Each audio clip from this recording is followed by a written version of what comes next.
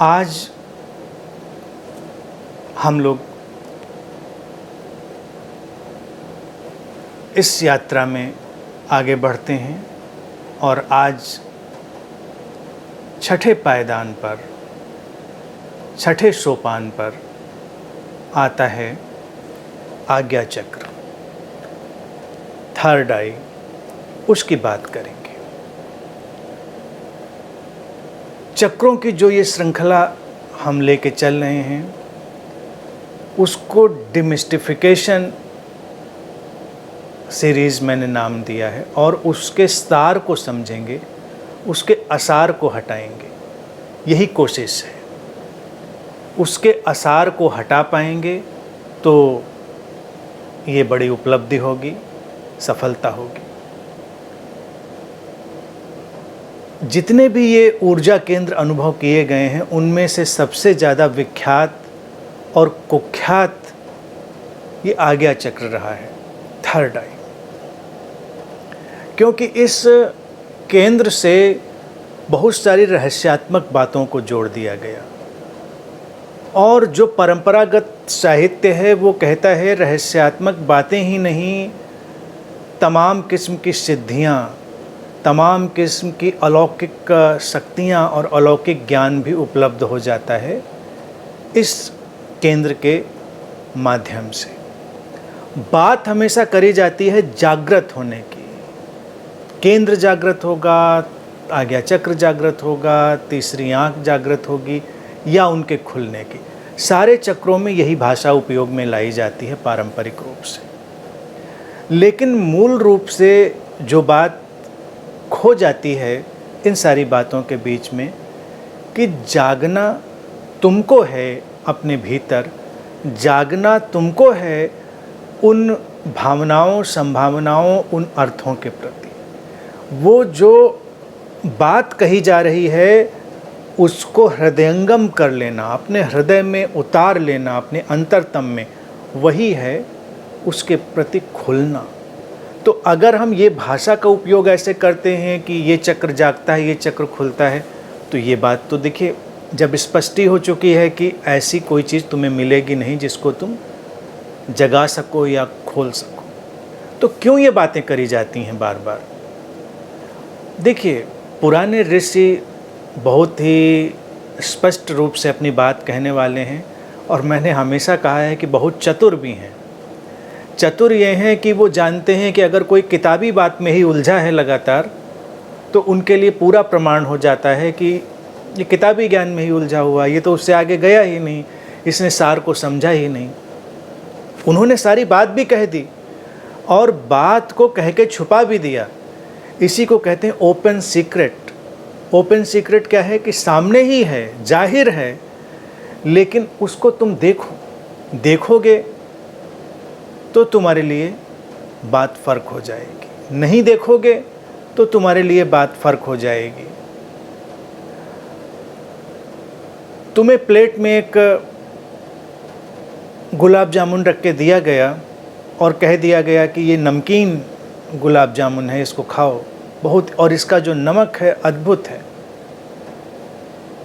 अब तुम उसको खाते तो हो नहीं, उसका स्वाद तो लेते नहीं हो, उसके जो कहा जाए अंतरतम में तो प्रवेश करते नहीं हो, लेकिन तुम उसको नमकीन नमकीन करके ही बात करने लगते हो। तो देने वाला तो स्पष्ट रूप से समझ जाता है कि तुमने उसको चखा नहीं है। अगर तुमने चखा होता तो तुम कुछ और बात करते, लेकिन तुम उसको नमकीन कह रहे हो, इसका मतलब तुमने नहीं चखा। तो ये जितनी बातें हैं इनके कहने के दो तल होते हैं। जिन लोगों ने कहा उन्होंने कहा भी और उनको छुपा भी दिया। छुपाया सांकेतिक प्रतीकात्मक रूप से और बड़े खूबसूरत प्रतीकों के माध्यम से, ये मैं लगातार प्रशंसा कर रहा हूँ। तो जब कोई ये बात करता है कि चक्र का खुलना या जागना, तो वहीं पर जो है वो भटकाव शुरू हो जाता है। तीसरी आंख पर अगर देखा जाए तो सर्वाधिक इस बात की उलझन है कि तीसरी आंख खुल जाए, खोल ली जाए, खोल दी जाए या खुल गई है, और बहुत रुचि लेते हैं। आए दिन मेरे संपर्क में ऐसे लोग आते रहते थे, अब तो मैं व्यक्तिगत रूप से मिलता नहीं तो नहीं आते, तो कृष्णा जी के पास आए दिन फ़ोन आते रहते हैं कि किसी की तीसरी आँख खुल गई है तो किसी का कोई चक्र खुल गया है, तो तमाम चीज़ें।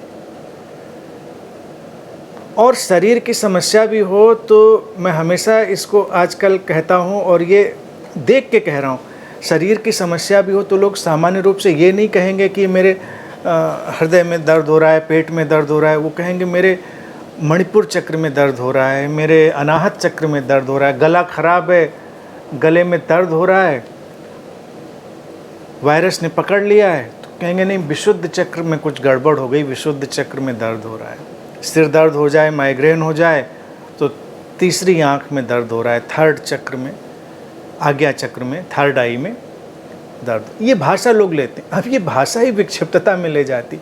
तो जो लोग कहते हैं कि चक्रों के जागरण से, खास तौर से तीसरी आँख, थर्ड आई, आज्ञा चक्र, इस पर जो बात कही जाती है कि जागृति व्यक्ति को विक्षिप्तता में ले जाती है। तो विक्षिप्तता यही है कि अगर तुमने इतने नीचे से, मूलाधार से विशुद्ध तक इन भाषाओं का उपयोग किया है तो यहाँ तक आते आते तुम विक्षिप्त तो हो ही जाने हो। ये खुलने बंद होने की भाषा का अगर तुमने इतनी दूर तक पकड़ कर चलने का कार्यक्रम बनाया है तो यहाँ तक आते आते तुम बहुत बोझिल हो चुके होगे। इस सोपान तक आते आते ये स्टेप्स हैं, इनको ऐसे समझें, 7 स्टेप्स टू निर्वाण, इनलाइटनमेंट, रियलाइजेशन या अवेकनिंग या बोध, जो भी शब्द देना चाहें, जो उचित लगे। अब इस शब्द में भी वही बात है जैसा कि हर शब्द में था कि इसकी जो नाम की बात है, जो इसका नाम दिया गया, वही अपने आप में इसके पूरे कॉन्सेप्ट को हमारे लिए प्रस्तुत कर देता। आज्ञा चक्र, आज्ञा, आज्ञा क्या है? कमांड। जीवन में हमारे जिस चीज़ की सबसे बड़ी कमी हो जाती है वो हो जाती है एक स्पष्ट कमांड ना होना, तो जीवन बिखरने लगता है। कंप्यूटर में भी देखिए हम कमांड का उपयोग करते हैं, प्रोग्रामिंग में कमांड का उपयोग करते हैं। कमांड या आज्ञा मतलब है एक स्पष्ट विचार की, स्पष्ट निर्णय की शक्ति। अब तुम सारे जो सोपान जिनकी हमने चर्चा करी है, अगर उनको एक साथ इकट्ठे करके रखो मूलाधार से विशुद्ध तक, और तुम देखो जब तुम विशुद्ध के आयाम में पहुंच गए हो, तुम शून्यता के उस दर्शन में, शून्यता के आयाम में प्रवेश कर गए हो, तो तुम्हें जो उपलब्धि होगी वो उपलब्धि क्या होगी? स्पष्टता की, क्लैरिटी की। जीवन की सर्वाधिक बड़ी समस्याओं में है अस्पष्टता, और अब है स्पष्टता। तो तीसरी आँख पर हम जो सबसे बड़ा गुण लेकर आते हैं आज्ञा चक्र पर, वो है स्पष्टता, और स्पष्टता से ही आज्ञा जनरेट होती है, आज्ञा पैदा होती है। लेकिन इस आज्ञा का उपयोग लोगों ने क्या समझा कि तीसरी आँख से लोग पूरी दुनिया गवर्न करने लगेंगे। वो आज्ञा का अर्थ वो ये नहीं समझते कि ये स्पष्टता ही हमारी कमांड बन जाती है, आज्ञा बन जाती है। उनको लगता है वो सब कंट्रोल कर लेंगे। तो तीसरी आँख के या आज्ञा चक्र के बारे में लोगों की मान्यता होती है कि जो ऐसे जागृत सिद्ध लोग हैं वो भूत, वर्तमान, भविष्य देख लेते हैं, त्रिकालदर्शी हो जाते हैं। तीसरा नेत्र खुला तो वो त्रिकाल दृष्टा हो जाते हैं, कहीं भी चले जाते हैं, उनके आवागमन की एक नई पद्धति प्रारंभ हो जाती है। अस्तित्व में जो भी ज्ञान विद्यमान है उस सारे ज्ञान को वो अर्जित कर लेते हैं, उस सारे ज्ञान को वो एक्सेस कर लेते हैं। ये मान्यता है। अब अगर तुम उसको देखो तो ऐसा लगेगा कहाँ ऐसा हो रहा है? त्रिकालदर्शी तुमको लोग कहाँ मिलते हैं? त्रिकाल दृष्टा एक, हाँ, उस बात को भी मैं एक्सेप्ट कर सकता हूँ कि वो शब्द भी खूबसूरत है। त्रिकाल दृष्टा कौन है? जो रह रहा है वर्तमान में, जो इटर्नल मोमेंट ऑफ नाउ में आ गया है, वो हो गया है त्रिकाल दृष्टा, जिसके तीनों काल सिमट कर एक बिंदु में समाहित हो गए हैं। वो कालातीत हो गया है। कालातीत कौन होता है? जो वर्तमान में होता है। अक्सर तुम जाओ बाबाओं के जो होर्डिंग बोर्ड लगे होते हैं उसमें ये शब्द बड़े गर्व से लिखा होता है, त्रिकालदर्शी, त्रिकालदृष्टा। कुंभ के मेले में जाओ, अनेक अनेक होर्डिंग्स पे तुमको दिख जाएगा त्रिकालदृष्टा। अब लोगों को लगता है कि त्रिकालदृष्टा, अतीत में क्या हुआ सब पता होगा इनको, भविष्य में क्या होगा इनको सब पता होगा। और वो लोग प्रिटेंड भी ऐसा ही करते हैं, लोग प्रिटेंड भी ऐसा ही करते हैं कि हमको पता होता है।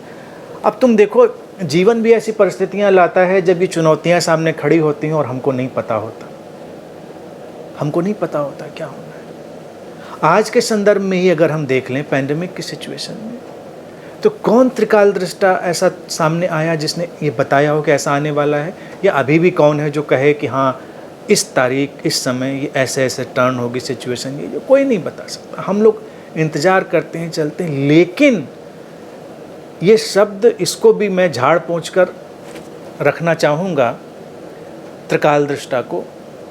यह स्पष्टता का प्रवाह, आज्ञा चक्र, यानी कि इस सेंटर तक आते। चक्र शब्द का मैं उपयोग करूंगा, लेकिन चक्र का ये बात समझ के चलना कि मैं उस चक्र की बात नहीं कर रहा हूं जो लोगों की मान्यता में बैठा है कि ऐसा कहीं कुछ है जिसको उन्हें जगा लेना। एक कॉन्सेप्ट है, मैंने कहा था, एक ज्ञान का जो साइकिल है, डायमेंशन है, उसकी चर्चा ऋषियों ने करी है। अब वो ऋषि कह रहे हैं कि यहाँ पर जब स्पष्टता आएगी, तुम्हारे पास क्लैरिटी आएगी, तो क्लैरिटी में जो तुम्हारे जीवन की गति होगी उस गति में समाधान होगा। जीवन में समाधान नहीं है इसलिए क्योंकि जीवन में स्पष्टता नहीं है, और स्पष्टता ही हर चीज़ का समाधान है। जब तुम स्पष्ट होकर सामने बैठते हो, कुछ देखते हो, तो वही तुम्हें कालदर्शी बनाता है, यानी कि समय में प्रवेश कराता है। तुम आगे गति कर सकते हो, यात्रा कर सकते हो, और तुम्हारे पैर लड़खड़ाएंगे नहीं। आज्ञा चक्र पर जो लोटस की सारी परिकल्पना थी सिंबॉलिक, वो यहाँ पर दो पंखुड़ियों में आकर सिमट जाती है। दो के बाद वो सहस्त्र दल लाएंगे, यानी कि अनंत। अर्थात कहने का तात्पर्य है कि इस बिंदु तक, छठे सोपान तक आते आते द्वैत स्पष्ट रूप से तुम्हारी समझ में आने लग गया है। जो डुअलिटी है उसकी क्लियर इनसाइट तुम्हारे भीतर आ गई है। द्वैत दिखता तो हमेशा रहता है व्यक्ति को, ऐसा है, ऐसा नहीं है, ये अंधेरा, ये प्रकाश, ये सुख, ये दुख, ये उतार चढ़ाव, ये सब दिखता रहा है व्यक्ति को। लेकिन फिर भी वो कभी कभी थोड़ा कंफ्यूज हो जाता है, कहीं पर भ्रमित हो जाता है और किसी एक चीज़ की मांग करने लगता है। आज्ञा चक्र जिसको कहते हैं, वहाँ पर अब कोई मांग नहीं है, वहाँ पर कोई भी मांग नहीं है, और द्वैत को स्पष्टता से देखा जा रहा है कि है जीवन द्वैत की अभिव्यक्ति, ये एक्सप्रेशन ऑफ ड्युअलिटी है। यहाँ पर विपरीत को संभालने वाली शक्तियाँ ही आगे गति करती हैं। इस सेंटर पर ही शिव और शक्ति का सिंबल लेते हैं, यानी कि वो जो अद्वैत से टूटकर मैस्कुलिन और फेमिनिन एनर्जी जो मैनिफेस्ट होगी, जो अभिव्यक्त होगी, जो स्त्रैण और पुरुष ऊर्जा, मौलिक स्त्रैण और पुरुष ऊर्जा जो द्वैत के इस नृत्य को आगे विस्तार देगी, वो अब यहाँ पर स्पष्ट रूप से विद्यमान है और उसे अनुभव किया जा सकता है। वही है स्पष्टता। दो आँखों के बाद तीसरे नेत्र की परिकल्पना। कई लोग तो वो तीसरी आँख ढूंढने में लगे हुए हैं कि मिल जाएगी कहीं, सर्जरी करके खोद के तीसरी आँख कहीं पे निकल आएगी। किसी के थोड़ा यहाँ पर सूज जाए या गड्ढा हो जाए तो वो कहते हैं तीसरी आँख बन रही है या जाग रही है। कई लोगों को किसी फिजियोलॉजिकल प्रॉब्लम की वजह से यहाँ पर सूजन हो जाए तो तीसरी आँख उनकी सूज जाती है। किसी किसी का यहाँ पर जो स्कल है थोड़ा सा दब जाता है तो उनको लगता है तीसरी आँख में गड्ढा हो रहा है, बस किसी दिन क्रैक होकर पलकें बनने वाली हैं। ऐसी लोग सोचते रहते हैं ऐसी बातें, क्योंकि ये सबसे कुख्यात, मैंने कहा था, नटोरियस जो सेंटर्स में से ये है। लेकिन कहने वाले ऋषियों ने क्या कहा कि 2 आँखों से जो हम देख रहे थे वो पर्याप्त नहीं है। अब एक नया विजन, एक नया अंतर्दर्शन, एक तीसरी संभावना, द्वैत की संभावना थी। ये 2 आँखों से द्वैत का जगत देखा जा रहा था, और द्वैत को जितना स्पष्टता से देखेंगे उतना ही अद्वैत समझ में आ जाएगा। अद्वैत की अनुभूति, नॉन डुअल, वो अद्वैत से ही द्वैत का विस्तार है, ये समझ, यही है तीसरा नेत्र, थर्ड आई। क्योंकि वो अब तीसरी संभावना आ गई। 2 संभावनाएं थीं जगत में, 2 संभावनाओं में मान अपमान, सुख दुख, सब कुछ था। ये जन्म मृत्यु, ये सारा चक्र घूम रहा था। हम विचलित भी थे, हर कोई विचलित था। आज्ञा चक्र तक आते आते हमने जो यात्रा करी मूलाधार से यहाँ तक, सारी चीज़ें हमने स्पष्टता से देखी, समझी, और अब ये बात समझ में आ गई साधक के सीकर के कि भाई संसार तो ऐसे ही चलता है, ये विपरीतताओं का नृत्य है। अद्वैत द्वैत में टूटेगा तभी ये यात्रा होगी, ये गति होगी, तो कोई समस्या नहीं रह गई। जैसे ही द्वैत की स्पष्ट अनुभूति हुई, स्पष्ट दर्शन हुआ, उसके पीछे छुपा हुआ अद्वैत भी समझ में आ जाएगा। परिवर्तन को जानते ही अपरिवर्तनशील केंद्र का उद्घाटन हो जाता है। ऐसे ही द्वैत के जगत को जानते ही अद्वैत का उद्घाटन हो जाता है। वो अद्वैत का उद्घाटन, वो बनता है तीसरा नेत्र, वो बनता है थर्ड आई। थर्ड आई, तीसरा नेत्र, उसको इसीलिए कहा गया क्योंकि ये भी जीवन को देखने की एक संभावना है। क्योंकि अभी देखने का हमारा ढंग एक था, अब देखने का हमारा ढंग और हुआ। सामान्य रूप से हम देख रहे थे सब 2 में बटा हुआ, और 2 में से एक की चाह कि ये रहे और ये न रहे, ये संघर्ष, वो मंथन, वो सब जो चल रहा था, जो समुद्र मंथन हर आयाम पर, हर सोपान पर, हर चक्र पर, जिसकी मैंने चर्चा करी, अब यहाँ पर कोई मंथन नहीं है। इस आज्ञा चक्र पर आते आते मंथन का काम पूरा हो गया है, विष निकल चुका है, अमृत आ चुका है, तो कोई अब यहाँ पर द्वंद्व नहीं रहा। द्वंद्वातीत आयाम में प्रवेश हो गया। इसीलिए आज्ञा चक्र को ट्रांसेंडेंटल डायमेंशन भी कहते हैं, द्वंद्वातीत। अब द्वंद्व से तुम बाहर होगे, एक नई देखने की अंतर्दृष्टि जीवन में आई है, और वो अंतर्दृष्टि परम स्वीकार की भरी हुई है।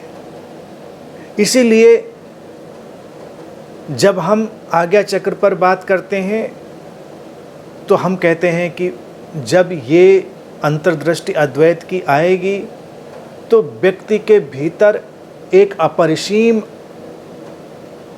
जो अलौकिक जगत है सच्चित आनंद का, वो उसका विस्फोट हो जाएगा। जैसे विशुद्ध पर आनंद की जो धाराएं थी वो बहने लगी, और वही आनंद और बढ़ेगा, स्पष्टता में बदलेगा, तो केवल आनंद ही नहीं रहेगा, अवेयरनेस, ट्रुथ और ब्लिस, सच्चित आनंद। तो ये केंद्र जो बनता है, ये सच्चित आनंद का केंद्र बन जाता है, जिसको हम कहते हैं सच्चिदानंद। पौराणिक मिथक कहानियों का एक बड़ा खूबसूरत पहलू कहता है, वो शिव के तीसरे नेत्र की बात करता है, और वहीं से सारा जो है ये जंजाल शुरू हो गया। क्योंकि जो कथाएं कहती हैं, लोग कहते हैं कथाएं तो बड़ी मज़ेदार हैं, शिव आँख खोलते हैं तो सब तांडव खड़ा हो जाता है, विध्वंस खड़ा हो जाता है, शिव का तीसरा नेत्र खुल जाए तो पता नहीं क्या हो जाएगा, और तीसरा नेत्र शिव अगर खोलें तो जगत में क्या चल रहा है, क्या नहीं चल रहा है, सब कथाएं कहती हैं। अब कथाओं के बीच में कथाएं जो हैं उनमें खूबसूरत भी चीज़ें होती हैं और कुछ पैकिंग वाली कथाएं होती हैं। जैसे कोई प्रोडक्ट तुम्हारे पास आता है तो प्रोडक्ट में तमाम थर्मोकोल और तमाम चीज़ें पैकिंग में होती हैं। तो हमारे ऋषियों ने भी कथाओं में तमाम थर्मोकोल डाला है, तमाम और स्टफ़ चीज़ें डाली हैं, जिससे जो वो अंदर का कंटेंट है वो प्रिजर्व किया जा सके। जैसे कोई डेलिकेट आता है तो एयर बैग, थर्मोकोल, तमाम चीज़ें पैकिंग में पड़ी होती हैं, तुम देखोगे। तो इसी तरह से तमाम कथाओं के जो प्रसंग हैं वो एयर बैग की तरह से, थर्मोकोल की तरह से और सॉफ्ट चीज़ों की तरह से होते हैं, उनका कोई मतलब नहीं। लेकिन एक कथा इसमें बड़ी खूबसूरत है। जब शिव के पौराणिक मिथक की बात लेते हैं तो वो कहते हैं कि शिव अपनी समाधि में लीन हैं और इतने वो स्थिर हो गए हैं कि अब देवताओं को लगता है कि भाई इनको जागृत करना चाहिए, इनके भीतर काम भावना पैदा की जाए, संसार का कुछ इनके अंदर मोह डाला जाए, कुछ तो आगे। सती के भस्म होने के बाद की कथा। तो कामदेव, अब भारत में वो परिकल्पना करते हैं जो काम वासना है उसके लिए वो कहते हैं देवता।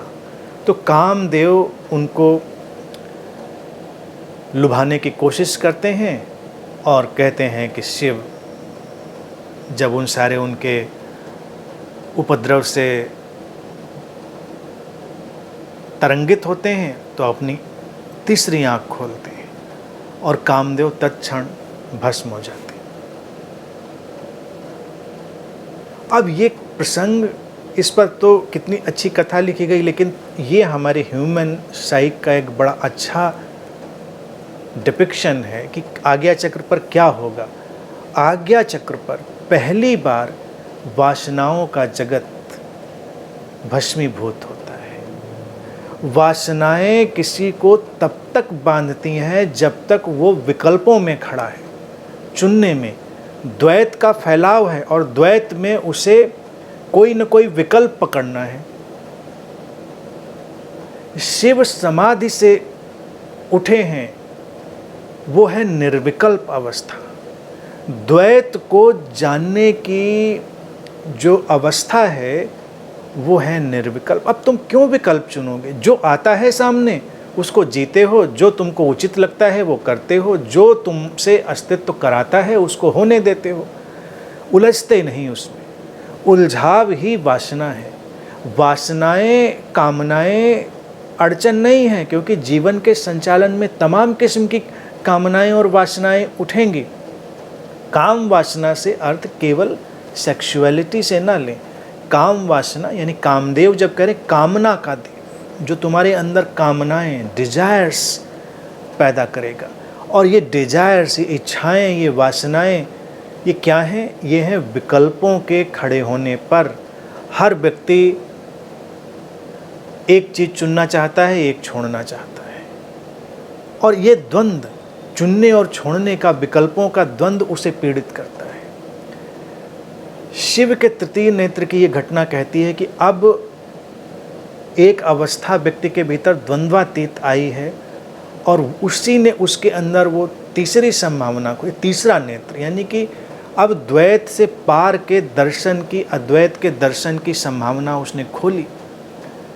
भीतर कामनाओं का जगत था, हमेशा विद्यमान रहता। शरीर मन है तो शरीर मन में कामनाओं का एक नैसर्गिक प्रवाह चलता रहता है, उससे कोई मुक्त नहीं होता, क्योंकि कामनाएं ही जीवन हैं। इच्छाएं घटेंगी, ये जीवन है। सुनने और मुंह खोलने की बात भी तो इच्छा ही है। जब तक जीवन है कामना है, तब तक कामदेव। कामदेव की पत्नी को नाम देते हैं भारत में रति। रति का अर्थ कई एंगल से लिया जाता है, लेकिन उसका जो सबसे खूबसूरत अर्थ है वो ये, भारत के एक एक शब्द के बहुस्तरीय अर्थ होते, मल्टी लेयर्ड मीनिंग। रत होने की अवस्था है रति, यानी कि जब तुम इन्वॉल्व हो जाते हो, ऑब्सेस्ड हो जाते हो किसी चीज़ में, आइडेंटिफाइड हो जाते हो, तो तुम उस रति की अवस्था में चले जाते हो। रत होना, जैसे किसी भी चीज़ में रत होना, संलग्न होना, आइडेंटिफाई हो जाना, अपनी कामना में रत हो जाना, संलग्न हो जाना, वही जीवन की समस्या है। तीसरी ये जो संभावना पैदा हुई आज्ञा चक्र पर, वो शिव के प्रतीक में वो हर सीकर की, हर साधक की संभावना की बात ऋषि करते हैं। वो कहते हैं कि सब कामनाएं अपनी जगह पर, हैं भीतर, लेकिन अब जो साधक है उसने जैसे ही वो द्वंद्वातीत अनुभव को जाना और ये चीज़ उसके भीतर स्पष्ट हुई, क्योंकि ये स्पष्टता का केंद्र है कि जीवन में ऐसे ही द्वैत रहता है, तो हमको उसमें उलझना क्यों है, हम क्यों उलझे हैं। अब ये चैतन्य का एक अलग आयाम हुआ, ये हुई थर्ड आई। अब उसी समय जो कामना का जगत है भस्मीभूत हो जाता है। भस्मीभूत का अर्थात है उसकी पकड़ छूट जाती है, उसका जो होल्ड है वो तुम्हारे ऊपर से चला जाता है। डिजायर्स आएंगी, उनकी जो आवश्यकता होगी वो पूरी होगी, नहीं होगी वो छूट जाएंगी, उनमें उलझाव नहीं आएगा। अभी क्या होती है हमारी स्थिति, एक कामना उठती है और हम उसमें रत हो जाते हैं, भागने लगते हैं उसके पीछे। शिव नेत्र के खुलने पर हमारे भीतर कामनाएं आती हैं, लेकिन हम रत नहीं होते, हम उनके पीछे नहीं भागते। तो यही है उसका भस्मीभूत हो, और यही है इस आज्ञा चक्र की सबसे खूबसूरत संभावना। लेकिन इसी ने लोगों को बड़ा पीड़ित कर रखा है,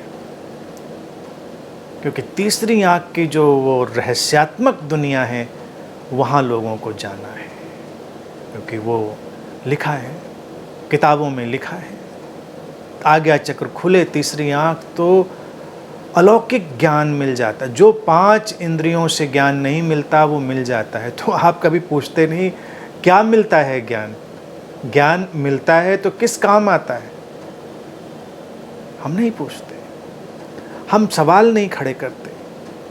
त्रिकालदर्शी लोगों पर भी हम उनके त्रिकाल दर्शन का कोई भी सवाल नहीं खड़ा करते।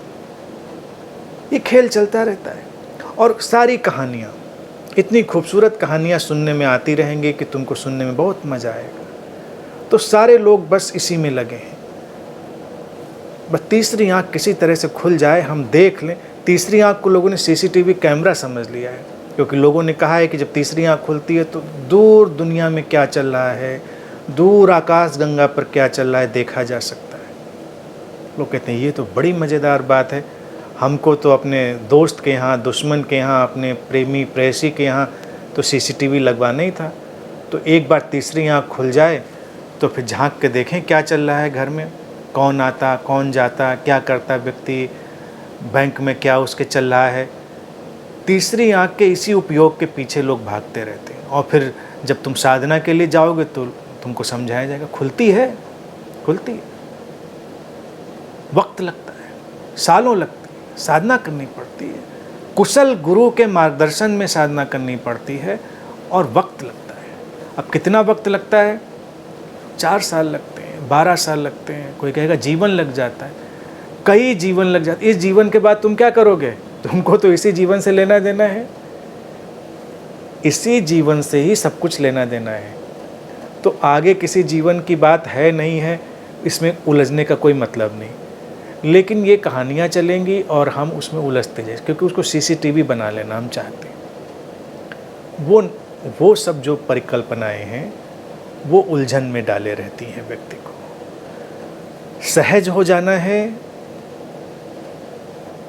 उलझाव को विदा करके सुलझ जाना है, वही है आज्ञा चक्र की जागृति। जागृति तुम्हारे भीतर है जिसकी बात तुम्हें सामने दिखाई देगी। इसलिए अगर जीवन में कोई बहुत सुलझा हुआ व्यक्ति मिले तो हम कहेंगे ये आज्ञा चक्र जागृत, ये तीसरी आंख की बात है, ये कोई और आयाम है जो हमको दिखता है, उससे किसी गहरे आयाम की बात है।